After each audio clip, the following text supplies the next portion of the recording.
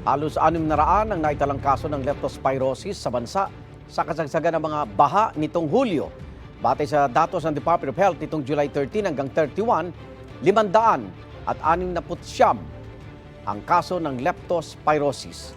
Kung mula naman January 1 hanggang July 19 na datos, umabot na sa 3,000 ang naitalang nagkasakit. Karamihan sa bilang na yan, naitala mula June 8 matapos magdeklara ang Pag-asa na tag-ulan na. Muli pong paalala ng DOH, maghugas agad ng katawan kapag lumusong sa baha.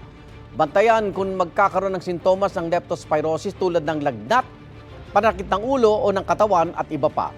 Unyong lang ng gamot kontra leptospirosis batay sa ibibigay na reseta ng doktor. Igan, mauna ka sa mga balita, mag-subscribe na sa GMA Integrated News sa YouTube para sa iba't ibang ulat sa ating bansa.